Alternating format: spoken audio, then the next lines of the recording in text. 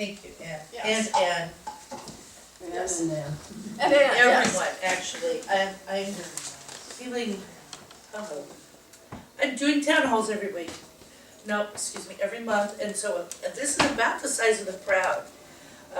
However, it doesn't usually have all you guys in it. So this is pretty comfortable on that aspect as far as the size of the crowd is concerned.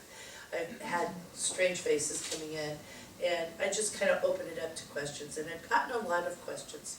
So that's been a lot of fun. It's been educational in what people truly understand about what's going on and what they don't. In our community, the seat I'm running for has been held twice in 100 years by a Republican. 100 years. In 100 years Wow. by a Republican. They had to run 3 times to take the seat. They couldn't run for anything else. They had to run 3 times to take that seat. My seat. It's my seat.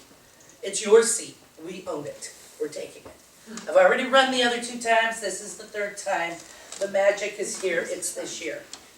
Oh. It's the last seat in the legislature. It's the 49th seat, position 2. And I finally call it the last seat, but not the least seat. And I will remind you one more time, get me elected and I'll prove it. It will be the seat that helps to flip the House, that helps to change the decisions, that helps to control the conversation, so that when Paul has something he wants to put through, Linda has something she wants to get done, Brandon, Liz, any one of them, there will be one more person sitting down at the table, asking how, asking why, and helping to get it done. And that's important. There are things I want to do. Everybody knows I've been very, very, very busy for a long, long time with civic meetings. I've attended more meetings, the Columbian once said I attended more meetings than the people who held them. And that's kind of maybe almost possible.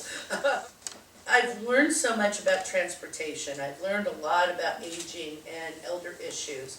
I've learned a lot about how our different government agencies interweave with private and public contracts and partnerships. Living across the river from where I used to live, I learned how much I really am glad I moved. The fact that the city next door, across the river, is in such high control of everything we are, really is stunning. And if you're not aware of the level of influence that they put on us, just trust me. You know, a couple thousand hours of education later, it's really huge to have memorandums of understanding, interlocal, intergovernmental agency agreements that say, you know, they shall consider us, but they've got the lead. How do I know I've been considered? I haven't got a 3rd bridge. I don't have a measuring stick that tells me I've been considered. I have one that says I don't matter. But I don't have one that says I've been considered. I think it's time for us to be considered in Southwest Washington. We need the dollars for transportation. We need another crossing across the bridge. We need to move forward with having jobs in our community here so that we don't have to travel across the river. I don't want to travel across the river. I lived over there. You may not have met my mom and dad yet. My mother, Barbara Cunningham, my father, Charles Cunningham. I want to thank them. You got to understand something. They put up with me a long time as a kid, and I was a handful, I'm sure. They gave me something that another family I would not have gained. Morals, a moral compass, ethics. I would not have gained that like I did from them in another family. They were and are amazing parents.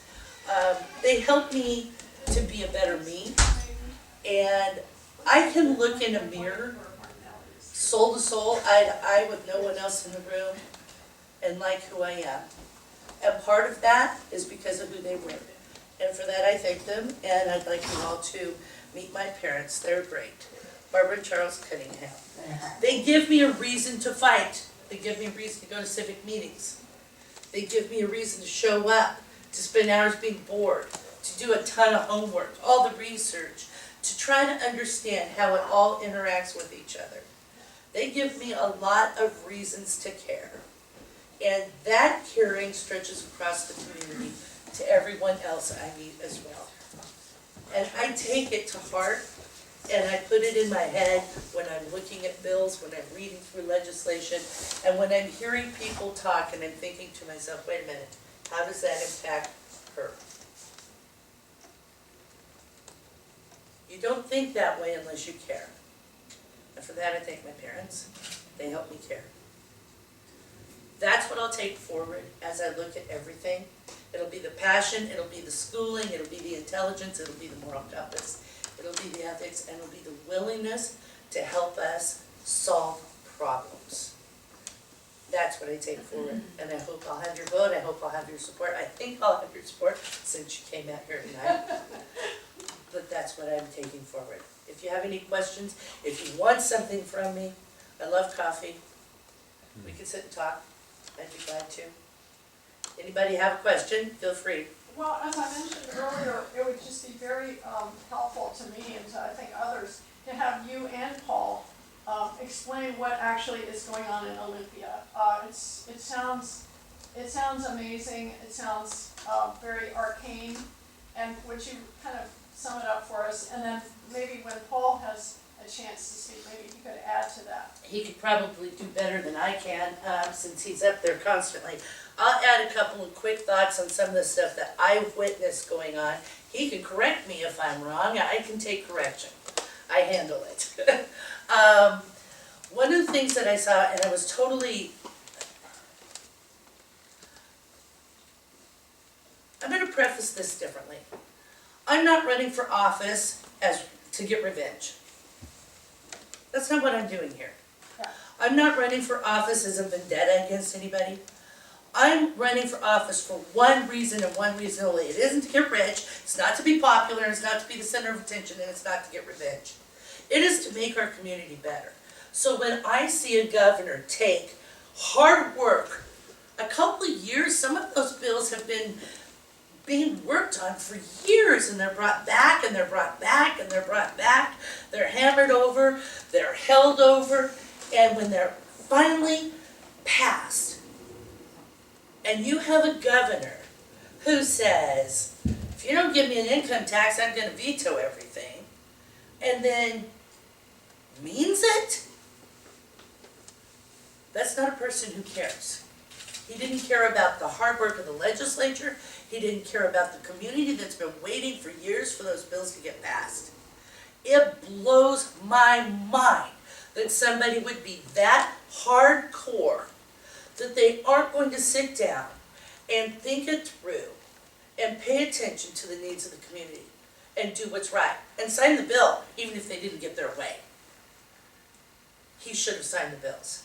Instead, they're going to have to override him, take away any choice that he has of signing the bill. And I'm fairly confident that since they both passed it, they'll figure out how to muster through that and get it done. What a waste of taxpayers' dollars.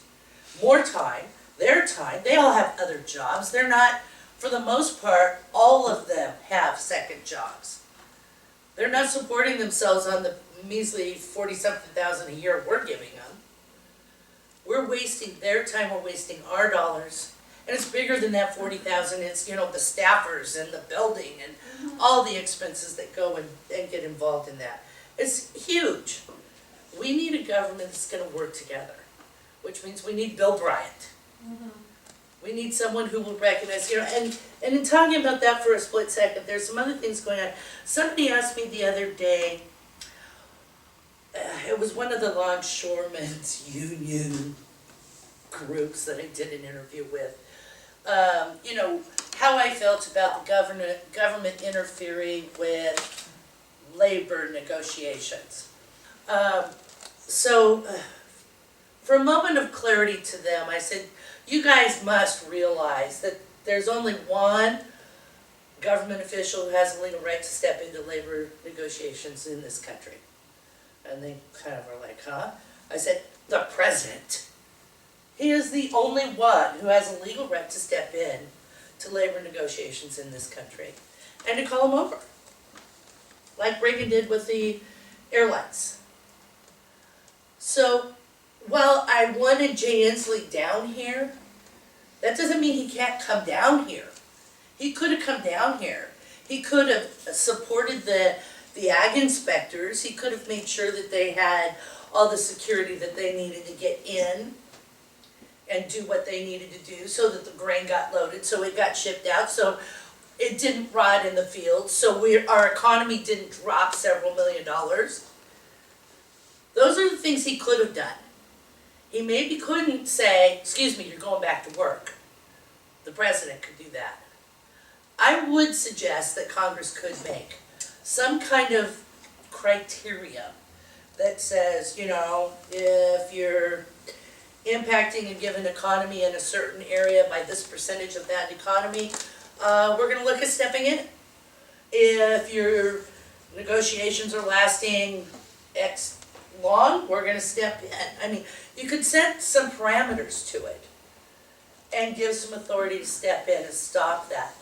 That economical loss across the board not just impacted the state budget, it impacted the farmers, it impacted the crop workers, it impacted the restaurants, the stores.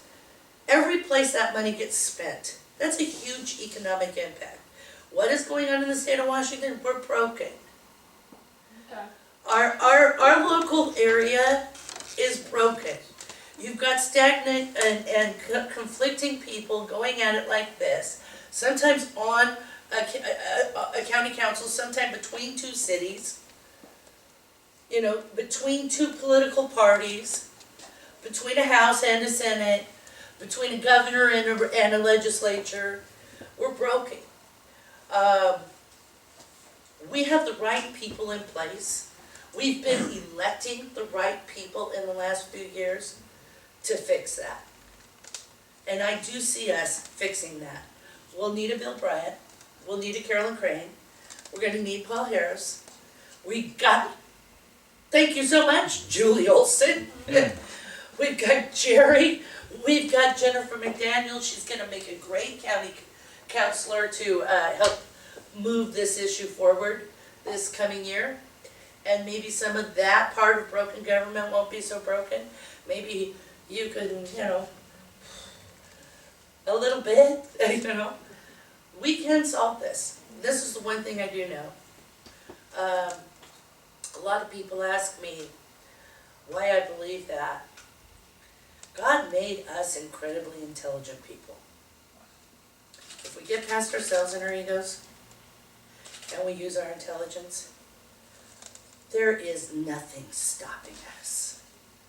We can do this. I have all the faith in God that He made great intelligent people.